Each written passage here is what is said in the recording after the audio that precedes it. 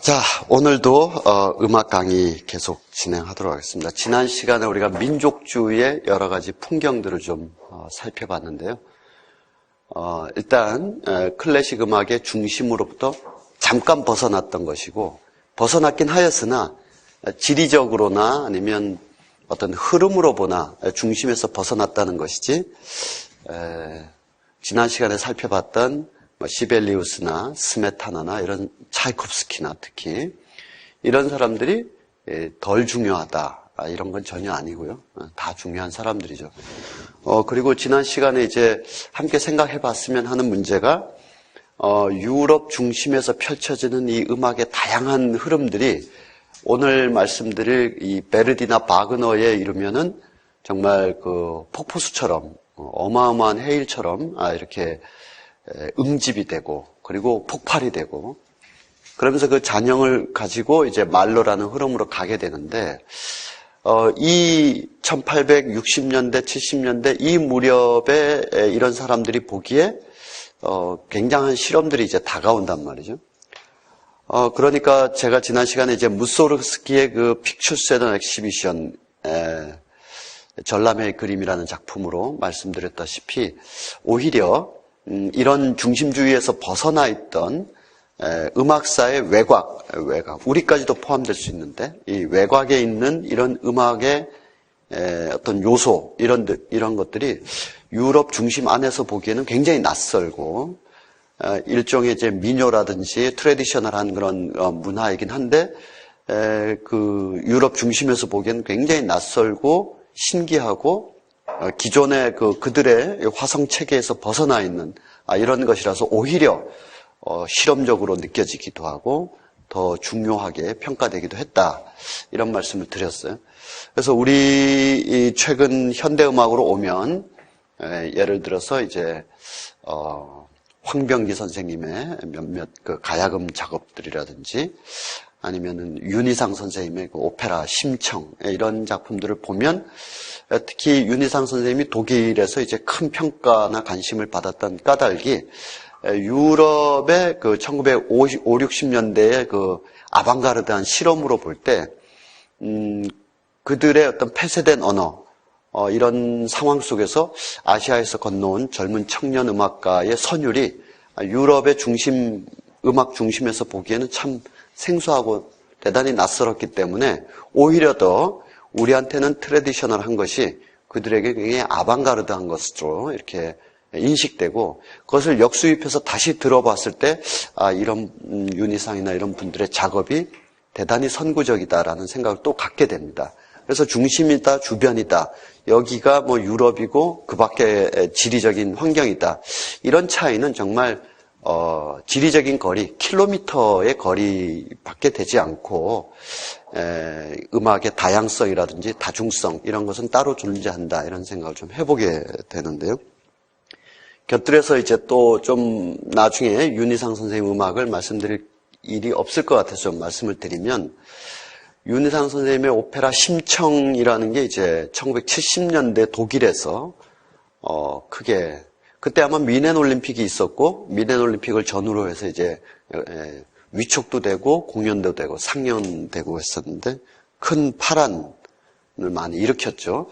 그리고 지금 1990년대 후반에 저는 예술의 전당에서 그 공연을 독일에 가서까지 볼 수는 없으니까 예술의 전당에서 그 공연을 봤었는데 지금 와서 보니까 두 가지 생각이 나더라고요. 하나는 우리가 알고 있는 심청이와 윤희상 선생님이 캐릭터로 만든 심청이는 전혀 다른 내용이었다라는 거고, 사실 고전의 재해석이라는 거는 당대의 어떤 관점이나 정서, 이념에 따라서 늘 재해석되는 거니까 꼭 심청전 또는 심청이가 이제 판소리의 어떤 마당으로서 이제 정립이 되어 있긴 하지만 그것을 어떻게 이제 재해석하느냐는 후대 사람들의 자유로운 권리에 해당하는 거죠.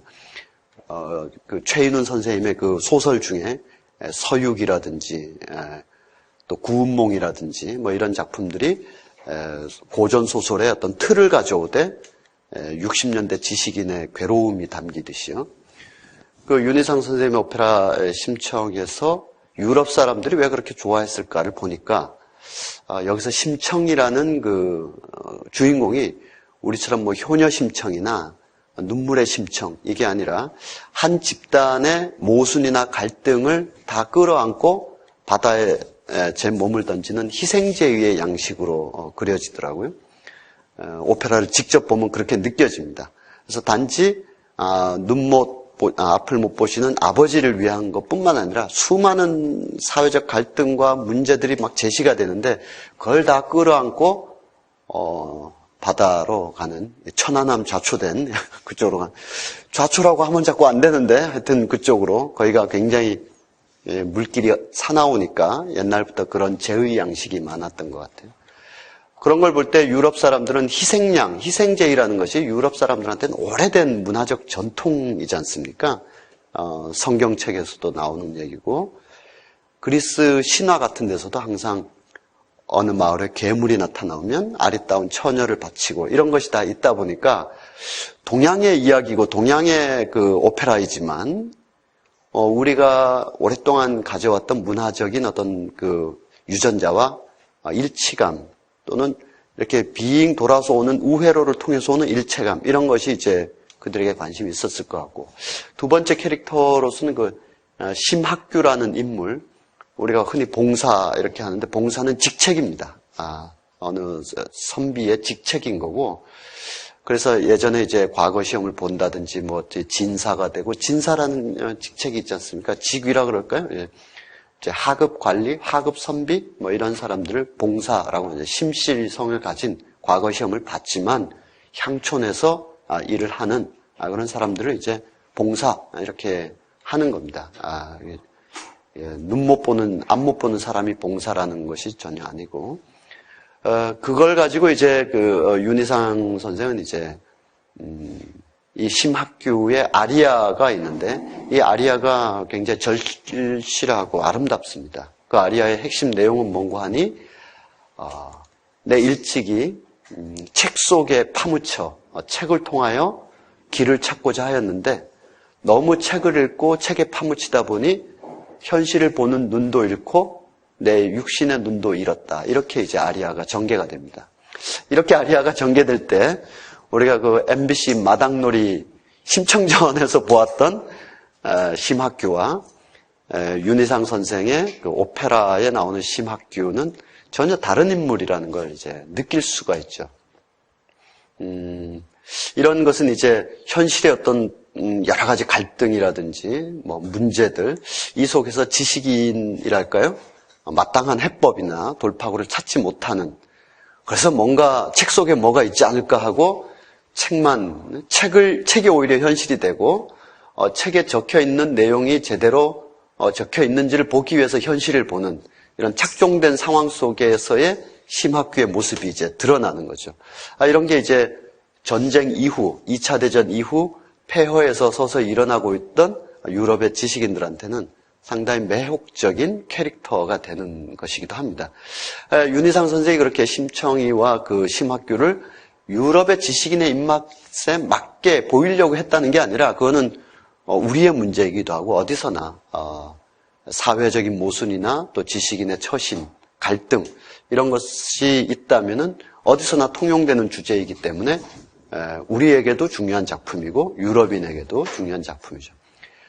비근한 예로 이제 박찬욱 감독의 영화가 미국 관객들은 이제 보다가 중간에 잘 나갑니다. 예. 걔네들은 영화보다 나가는 게 이제 막 떠들면서 나가기도 해요. 이게 영화냐 그래 유럽 사람들은 이제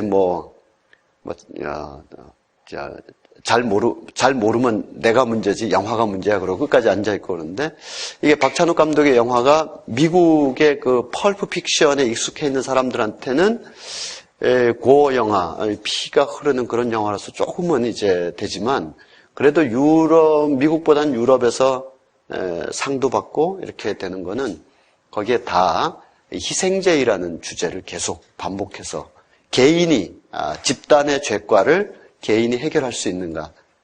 여러분들 같이 다들 보셨을 텐데, 친절한 금자씨나, 복수는 나의 것이나, 박쥐, 이런 영화들이 흡혈귀 영화도 아니고, 무슨 살인범 영화도 아니고,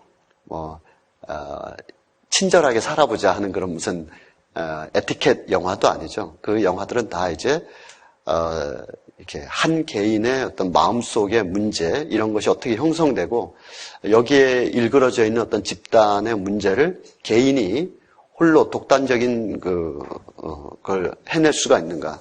죄의식과 형벌, 죄의식과 참회에 관한 그런 이야기인데 이런 테마는 이제 유럽 사람들한테는 아주 흥미로운 테마인 거죠. 자, 다시 이 얘기로 돌아오면 자, 오늘은 지난 시간에 봤던 그 민족주의 음악가들에서 다시 좀 중심으로 들어와서 그 이탈리아의 그 베르디라는 사람, 그리고 독일의 음악가죠. 독일의 함부르크 출신의 그 브람스라는 사람, 그리고 바그너라는 사람, 이렇게 좀 이어서 가도록 하겠습니다. 그렇게 가기 위해서 이제 몇 가지 사전 정보가 필요한데, 브람스는 1830년대 생이고, 좀 늦게 한 10여 년 후배가 되고요. 베르디하고 바그너는 당시 19세기 중후반 그 오페라를 양분했던 그런, 제가 이제 19세기 중엽에 피아니시즘으로 보면 북쪽에 리스트가 있고 남쪽에 쇼팽이 있었다 그랬는데 이들도 이제 비슷한 출생 연도입니다. 19세기 초에 아주 시작할 때 태어나서 중후반, 중엽 때 이제 사망했고, 베르디하고 바그너는 이 알프스 산맥 북쪽에 바그너가 있고 알프스 산맥 남쪽에 베르디가 있는데 둘 다 이제 1813년생입니다. 1813년생이고 당시로선 다들 장수했습니다. 한 70살 넘기고 90살 가까이들 다 이제 살았어요. 주로 활동했던 자신의 가장 빛나는 시대는 대체로 한 50년대, 40년대, 50년대, 60년대 후반까지 이렇게 살았었는데, 이들이 이제 최전성기를 보내고 난 무렵부터 이제 브람스가 등장해서, 바그너가 자신의 왕국을, 성립했을 때, 브람스는 반대편에 서서 이제 고전파와 혁신파, 바그너파와 브람스파, 진보파와 보수파, 이런 식의 음악적 논쟁이 두 사람 사이에 벌어지기도 합니다. 그러면 그 사이사이에 이제 우리가, 읽지 않아도 어렵고 읽어도 어려운 쇼펜하우어라든지 니체라든지 이런 사람들이 이들과 다 논쟁을 하거나 도와주거나 절교하거나 이런 관계들을 쭉 맺게 되는데 그런 사람들, 예술가나 사상가들의 그런 편린들이 왜 교직되었었는가? 사회적 상황을 좀 볼 필요가 있겠습니다. 이 이미지는 이전에도 우리가 봤던 건데 대략 멀리서도 보이실지 모르겠는데 1830년대 이제 7월 혁명이 이제 일어나는 일이 있었고요. 그러니까 19세기를 전후로 해서 일어나는 혁명의 큰 아주 단순화해서 말씀드리면 1790년대에 이제 프랑스 혁명이 일어난다.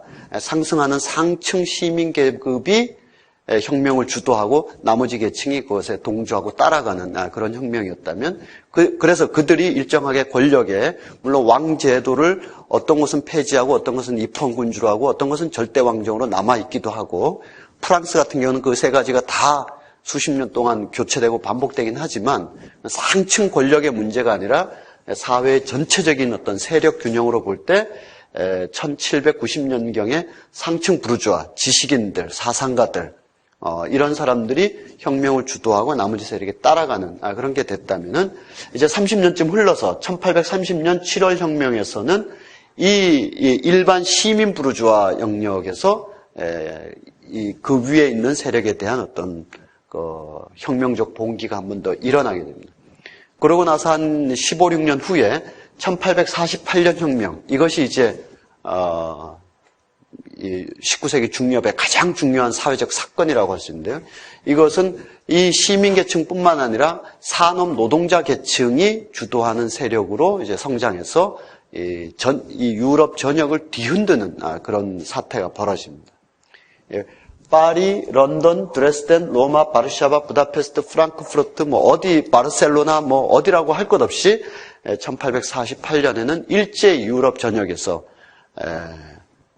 혁명이 이제 일어나게 됐는데, 혁명의 핵심은 이제 기존의 부패한 권력, 구체제, 왕권체제 이런 거에 대한 권력 정치도 기본적으로 있습니다만 사회 구조 전체에 대한 어떤 변화 이런 것을 상당히 요구했고, 대부분 다 이제 괴멸되거나 어쨌든 어디선가 일주일 만에 제압당했다. 어떤 곳은 꼬민까지 있었다. 라고 이렇게 본다 손치더라도 어쨌든 다 나중에는 이제 실패에 가게 되죠. 오늘의 주인공은 이제 바그너 같은 경우는 이제 드레스덴 혁명 봉기에 참여했다가, 바그너는 이제 젊은 나이에 바쿠닌이라는 미하일 바쿠닌 같은 그런 무정부주의자와 굉장히 사상적 교류가 깊었고, 오늘날 우리가 이제 어떤 진보적인 정치관, 가치관 이런 걸 가지고 구체적인 이런 걸 다 했겠습니다만, 오늘의 아주 정밀한 탐사의 시선으로 볼 때는 이때 바그너가 아주 이렇게 정리되어 있는 정치적 이념의 체계를 가지고 이 다음 단계는 무엇이고 하기보다는 아주 젊은 열정과 구체제에 대한 혐오, 불만 이런 것 격정이 조금 더 앞섰다 볼 수가 있겠습니다. 바그너 그때 이제 수배를 당하죠. 바쿠닌 같은 사람은 체포돼서 이제 상당히 오랜 기간 동안 수감 생활을 하게 되는데, 수배자가 되고 드레스덴이나 바이에른 이런 데에서 독일 지역에서 머물질 못하고 스위스 쪽으로 가서 거기서 한 12년 가까이 10년 넘게 오늘날의 이제 독일이라고 할까요? 독일 귀국을 하지 못하는 그런 상황입니다. 그런데 그렇게 갔다고 해서 이 사람이 경찰 우리 예전에 전두환 시대처럼 막 신분을 숙이고 조용히 지내고 이런 게 아니라 그곳을 못 갈 뿐 스위스나 다른 지역에서 음악 활동하고 작곡도 하고 심지어는 연주도 하고 이렇게 해서 한 것은 큰 차이가 있고요. 베르디 같은 경우는 파리에서 혁명을 겪게 됩니다. 혁명을 보면서 이거다 이렇게 생각해서 재빨리 이탈리아로 돌아가서 이 혁명의 불쏘시개가 되고자 하는, 이때 이미 베르디나 바그너는 아주 촉망받는 예술가로서 이제 자기 위치를 조금씩 가져가고 있었기 때문에 급히 파리에서 이탈리아로 돌아가서 자기도 한번 이런 열정에 참여해야지 하는 이런 상황들 속에서 있습니다. 혁명의 열정과 낭만주의 음악. 꼭 낭만주의자라고 우리가 말하기는 어려운데 장르상 음악장을 빼고 본다면 혁명의 열정, 낭만 이런 거, 특히 낭만주의 이런 거는 이제 저 친구 참 낭만적인데 할 때 그런 소박한 개인적 취향의 문제가 아니라 정치적인 문제나 예술적인 이런 문제에 있어서 마음의 명령, 격정 이것을 거침없이 피력하면서 참여하는 행위들. 그래서 여기서 낭만주의는 에드먼드 버크 같은 학자에 따르면 이제 이 당시에 정치적인 운동이 왜 그렇게 유럽 전역을 뒤끌게 했을까 했을 때 낭만적 열정 같은 것이 사람들한테 상당히 있었다라고까지 이제 얘기가 될 수 있습니다. 그 다음으로 보면 이제 피폐한 삶과 거들먹거리는 세력들 이런 것 속에서 아까와 같은 산업혁명 이후의 계급 갈등 이런 것이 이제 증폭이 되었고, 또 이제 제국의 문제로서 이제 크림 전쟁 이런 것이 이제 크게 벌어지면서 러시아가 남쪽으로 내려오는 거죠. 그래서 터키, 오스만 투르크, 영국, 프로이센, 프랑스, 그리고 사르데니아 연합군, 이건 이제 이탈리아 남쪽에 섬이 있는데요. 거기까지 다 지배했던 이들이 러시아와 맞서서 크림반도, 흑해 지역에 영향력을 놓고 이제 전쟁을 하는 이런 대혼돈이 1840년대 그리고 50년대 이제 벌어지는 그런 상황이 되겠습니다.